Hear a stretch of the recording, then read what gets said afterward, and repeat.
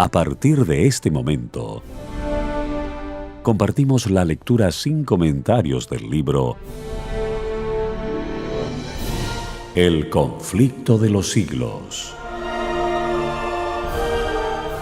escrito por Helena Harmon de White. Capítulo 14.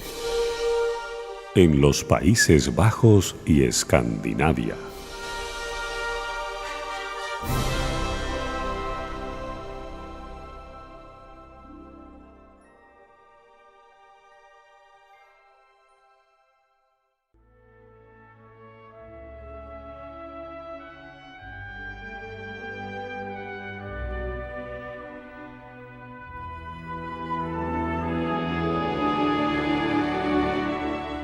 En los Países Bajos se levantó muy temprano una enérgica protesta contra la tiranía papal. 700 años antes de los tiempos de Lutero, dos obispos que habían sido enviados en delegación a Roma, al darse cuenta del verdadero carácter de la Santa Sede, dirigieron sin temor al pontífice romano las siguientes acusaciones. Dios hizo reina y esposa suya a la Iglesia y la proveyó con bienes abundantes para sus hijos, dotándola con una herencia perenne e incorruptible, entregándole corona y cetro eternos. Pero estos favores vos los habéis usurpado como un ladrón. Os introducís en el templo del Señor y en él os eleváis como Dios. En vez de pastor, sois el lobo de las ovejas, e intentáis hacernos creer que sois el obispo supremo cuando no sois más que un tirano. Lejos de ser siervo de siervos, como a vos mismos llamáis, sois un intrigante que desea hacerse señor de señores. Hacéis caer en el desprecio los mandamientos de Dios. El Espíritu Santo es el edificador de las iglesias en todos los ámbitos del mundo. La ciudad de nuestro Dios, de la que somos ciudadanos, abarca todas las partes del cielo, y es mayor que la que los santos profetas llamaron Babilonia, y que aseverando ser divina, se iguala al cielo. Se envanece de poseer ciencia inmortal, y finalmente sostiene, aunque sin razón, que nunca erró ni puede errar jamás. Otros hombres se levantaron siglo tras siglo para repetir esta protesta, y aquellos primitivos maestros que atravesando diferentes países, y conocidos con diferentes nombres, poseían el carácter de los misioneros valdenses y esparcían por todas partes el conocimiento del Evangelio, penetraron en los Países Bajos. Sus doctrinas cundieron con rapidez. Tradujeron la Biblia valdense en verso al holandés. En ella hay, decían, muchas ventajas. No tiene chanzas, ni fábulas, ni cuentos, ni engaños. Solo tiene palabras de verdad. Bien puede tener por aquí y por allí alguna que otra corteza dura, pero aún en estos trozos no es difícil descubrir la médula y lo dulce de lo bueno y lo santo. Esto es lo que escribían en el siglo XII los amigos de la antigua fe. Luego empezaron las persecuciones de Roma, pero en medio de hogueras y tormentos seguían multiplicándose los creyentes que declaraban con firmeza que la Biblia es la única autoridad infalible en materia de religión, y que ningún hombre debe ser obligado a creer, sino que debe ser persuadido por la predicación. Las enseñanzas de Lutero hallaron muy propicio terreno en los Países Bajos, y levantáronse hombres fieles y sinceros a predicar el Evangelio. De una de las provincias de Holanda vino Menno Simonis, educado católico romano y ordenado para el sacerdocio. Desconocía por completo la Biblia y no quería leerla por temor de ser inducido en herejía. Cuando le asaltó una duda con respecto a la doctrina de la transubstanciación, la consideró como una tentación de Satanás, y por medio de oraciones y confesiones trató, pero en vano, de librarse de ella. Participando en escenas de disipación, procuró acallar la voz acusadora de su conciencia, pero inútilmente. Después de algún tiempo fue inducido a estudiar el Nuevo Testamento, y esto, unido a los escritos de Lutero, le hizo abrazar la fe reformada. Poco después presenció en un pueblo vecino la decapitación de un hombre por el delito de haber sido bautizado de nuevo. Esto le indujo a estudiar las Escrituras para investigar el asunto del bautismo de los niños. No pudo encontrar evidencia alguna en favor de él, pero comprobó que en todos los pasajes relativos al bautismo, la condición impuesta para recibirlo era que se manifestase arrepentimiento y fe. Meno abandonó la Iglesia romana y consagró su vida a enseñar las verdades que había recibido. Se había levantado en Alemania y en los Países Bajos cierta clase de fanáticos que defendían doctrinas sediciosas y absurdas, contrarias al orden y a la decencia, y originaban agitaciones y tumultos. Meno previó las funestas consecuencias a que llevarían estos movimientos y se opuso con energía a las erróneas doctrinas y a los designios desenfrenados de los fanáticos. Fueron muchos los que, habiendo sido engañados por aquellos perturbadores, volvieron sobre sus pasos y renunciaron a sus perniciosas doctrinas. Además, quedaban muchos descendientes de los antiguos cristianos, fruto de las enseñanzas de los valdenses. Entre ambas clases de personas trabajó Meno, con gran empeño y con mucho éxito. Viajó durante 25 años con su esposa y sus hijos y exponiendo muchas veces su vida. Atravesó los Países Bajos y el norte de Alemania, y aunque trabajaba principalmente entre las clases humildes, ejercía dilatada influencia. Dotado de natural elocuencia, si bien de instrucción limitada, era hombre de firme integridad, de espíritu humilde, de modales gentiles, de piedad sincera y profunda, y como su vida era un ejemplo de la doctrina que enseñaba, ganábase la confianza del pueblo. Sus partidarios eran dispersados y oprimidos, sufrían mucho porque se les confundía con los fanáticos de Münster, y sin embargo, a pesar de todo, era muy grande el número de los que eran convertidos por su ministerio. En ninguna parte fueron recibidas las doctrinas reformadas de un modo tan general como en los Países Bajos. Y en pocos países sufrieron sus adherentes tan espantosas persecuciones. En Alemania, Carlos V había publicado edictos contra la Reforma y de buena gana hubiera llevado a la hoguera a todos los partidarios de ella. Pero allí estaban los príncipes oponiendo una barrera a su tiranía. En los Países Bajos su poder era mayor, y los edictos de persecución se seguían unos a otros en rápida sucesión. Leer la Biblia, oírla leer, predicarla o aún referirse a ella en la conversación era incurrir en la pena de muerte por la hoguera. Orar a Dios en secreto, abstenerse de inclinarse ante las imágenes o cantar un salmo eran otros tantos hechos castigados también con la muerte. Aún los que abjuraban de sus errores eran condenados. Si eran hombres, a ser degollados, y si eran mujeres, a ser enterradas vivas. Millares perecieron durante los reinados de Carlos y de Felipe II.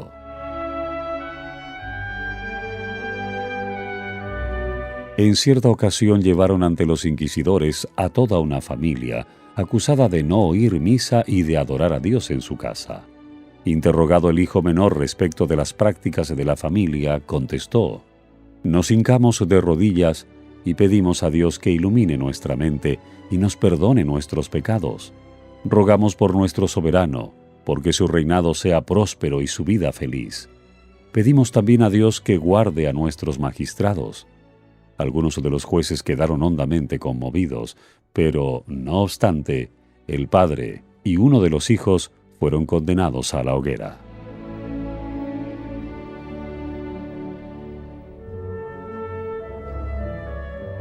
La ira de los perseguidos era igualada por la fe de los mártires. No solo los hombres, sino aún delicadas señoras y doncellas desplegaron un valor inquebrantable. Las esposas se colocaban al lado de sus maridos en la hoguera y mientras éstos eran envueltos en las llamas, ellas los animaban con palabras de consuelo o cantándoles salmos. Las doncellas, al ser enterradas vivas, se acostaban en sus tumbas con la tranquilidad con que hubieran entrado en sus aposentos, o subían a la hoguera y se entregaban a las llamas vestidas con sus mejores galas, lo mismo que si fueran a sus bodas. Así como en los tiempos en que el paganismo procuró aniquilar el Evangelio, la sangre de los cristianos era simiente. La persecución no servía más que para aumentar el número de los testigos de la verdad. Año tras año, el monarca, enloquecido de ira al comprobar su impotencia para doblegar la determinación del pueblo, se ensañaba más y más en su obra de exterminio, pero en vano. Finalmente, la revolución acaudillada por el noble Guillermo de Orange dio a Holanda la libertad de adorar a Dios.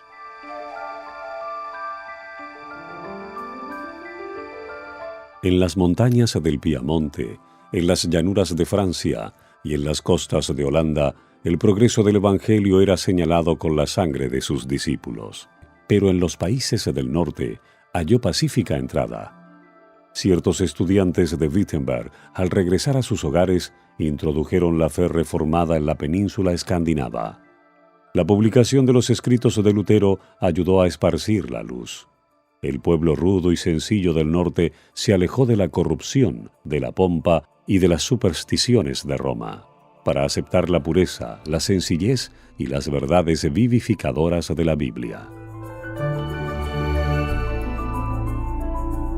Tausen, el reformador de Dinamarca, era hijo de un campesino. Desde su temprana edad dio pruebas de poseer una inteligencia vigorosa. Tenía sed de instruirse, pero no pudiendo aplacarla, debido a las circunstancias de sus padres, entró en un claustro. Allí la pureza de su vida, su diligencia y su lealtad le granjearon la buena voluntad de su superior. Los exámenes demostraron que tenía talento y que podría prestar buenos servicios a la Iglesia. Se resolvió permitirle que se educase en una universidad de Alemania o de los Países Bajos. Se le concedió libertad para elegir la escuela a la cual quisiera asistir, siempre que no fuera la de Wittenberg. No convenía exponer al educando a la ponzoña de la herejía, pensaban los frailes.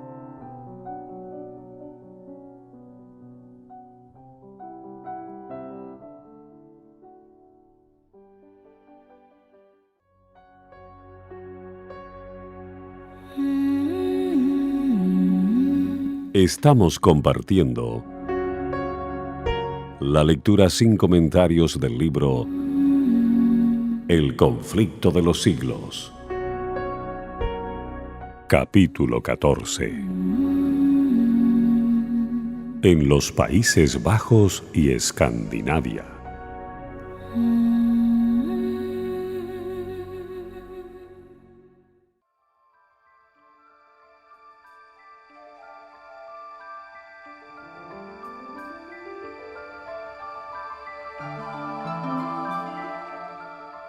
Tausen fue a Colonia, que era en aquella época uno de los baluartes del romanismo.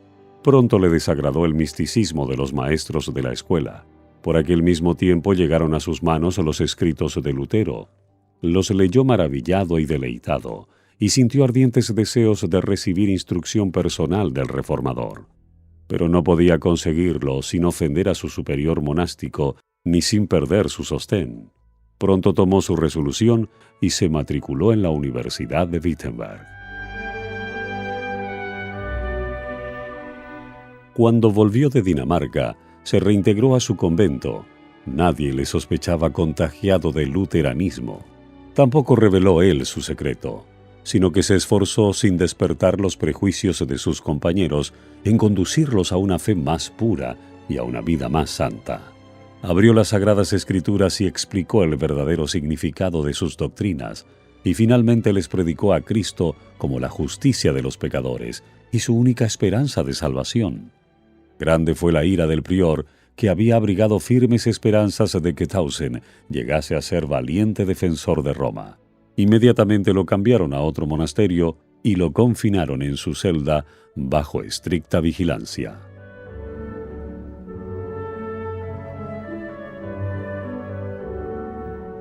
Con terror vieron sus nuevos guardianes que pronto algunos de los monjes se declaraban ganados al protestantismo. A través de los barrotes de su encierro, Tausen había comunicado a sus compañeros el conocimiento de la verdad. Si aquellos padres dinamarqueses hubiesen cumplido hábilmente el plan de la Iglesia para tratar con la herejía, la voz de Tausen no hubiera vuelto a oírse. Pero en vez de confinarlo para siempre en el silencio sepulcral de algún calabozo subterráneo, le expulsaron del monasterio y quedaron entonces reducidos a la impotencia. Un edicto real que se acababa de promulgar ofrecía protección a los propagadores de la nueva doctrina. Tausen principió a predicar. Las iglesias le fueron abiertas y el pueblo acudía en masa a oírle. Había también otros que predicaban la palabra de Dios. El Nuevo Testamento fue traducido en el idioma dinamarqués y circuló con profusión. Los esfuerzos que hacían los papistas para detener la obra solo servían para esparcirla más y más, y al poco tiempo Dinamarca declaró que aceptaba la fe reformada. En Suecia también, jóvenes que habían bebido en las fuentes de Wittenberg llevaron a sus compatriotas el agua de la vida. Dos de los caudillos de la Reforma de Suecia, Olaf y Lorenzo Petri, hijos de un herrero de Örebro, estudiaron bajo la dirección de Lutero y de Melanchthon, y con diligencia se pusieron a enseñar las mismas verdades en que fueron instruidos. Como el gran reformador, Olaf, con su fervor y su elocuencia, despertaba al pueblo, mientras que Lorenzo, como Melanchthon, era sabio, juicioso y de ánimo sereno. Ambos eran hombres de piedad ardiente, de profundos conocimientos teológicos y de un valor a toda prueba al luchar por el avance de la verdad. No faltó la oposición de los papistas. Los sacerdotes católicos incitaban a las multitudes ignorantes y supersticiosas. La turba asaltó repetidas veces a Olaf Petri, y en más de una ocasión solo a duras penas pudo escapar con vida. Sin embargo, estos reformadores eran favorecidos y protegidos por el rey.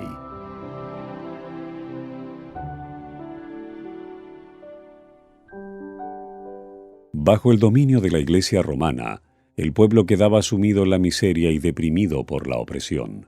Carecía de las Escrituras, y como tenía una religión de puro formalismo y ceremonias que no daba luz al espíritu, la gente regresaba a las creencias supersticiosas y a las prácticas paganas de sus antepasados. La nación estaba dividida en facciones que contendían unas con otras, lo cual agravaba la miseria general del pueblo. El rey decidió reformar la Iglesia y el Estado y acogió cordialmente a esos valiosos auxiliares en su lucha contra Roma.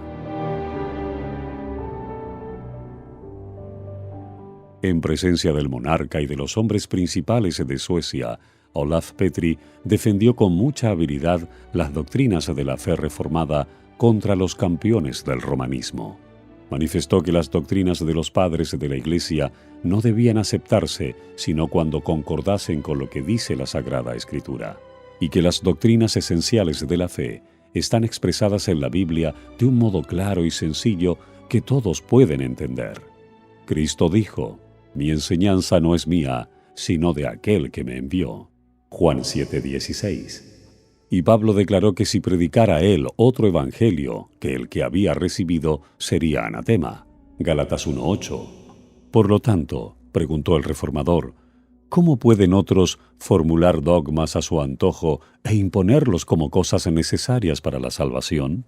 Probó que los decretos de la Iglesia no tienen autoridad cuando están en pugna con los mandamientos de Dios, y sostuvo el gran principio protestante de que la Biblia y la Biblia sola es la regla de fe y práctica.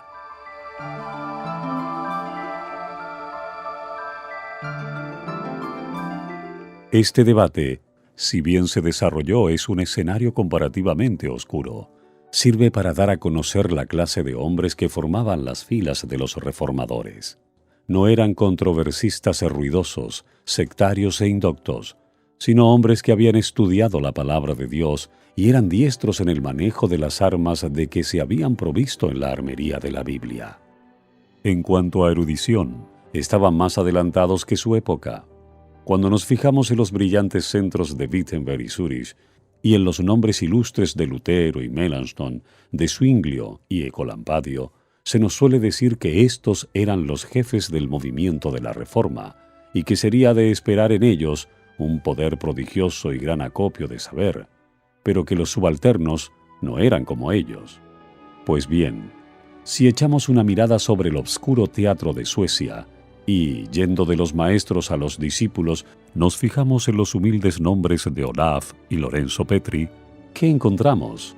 Pues maestros y teólogos, hombres que entienden a fondo todo el sistema de la verdad bíblica y que ganaron fáciles victorias sobre los sofistas de las escuelas y sobre los dignatarios de Roma.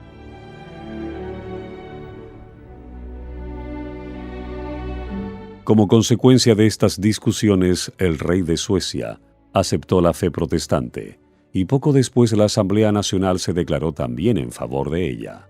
El Nuevo Testamento había sido traducido al idioma sueco por Olaf Petri y por deseo del rey, ambos hermanos emprendieron la traducción de la Biblia entera.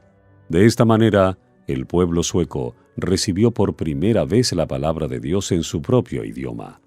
La Dieta dispuso que los ministros explicasen las Escrituras por todo el reino y que en las escuelas se enseñase a los niños a leer la Biblia. De un modo constante y seguro, la luz bendita del Evangelio disipaba las tinieblas de la superstición y de la ignorancia. Libre ya de la opresión de Roma, alcanzó la nación una fuerza y una grandeza que jamás conociera hasta entonces. Suecia vino a ser uno de los baluartes del protestantismo. Un siglo más tarde, en tiempo de peligro inminente, esta pequeña y hasta entonces débil nación, la única en Europa que se atrevió a prestar su ayuda, intervino en auxilio de Alemania en el terrible conflicto de la Guerra de 30 años. Toda la Europa del Norte parecía estar a punto de caer otra vez bajo la tiranía de Roma. Fueron los ejércitos de Suecia los que habilitaron a Alemania para rechazar la ola romanista y asegurar tolerancia para los protestantes, calvinistas y luteranos, y para devolver la libertad de conciencia a los pueblos que habían aceptado la Reforma.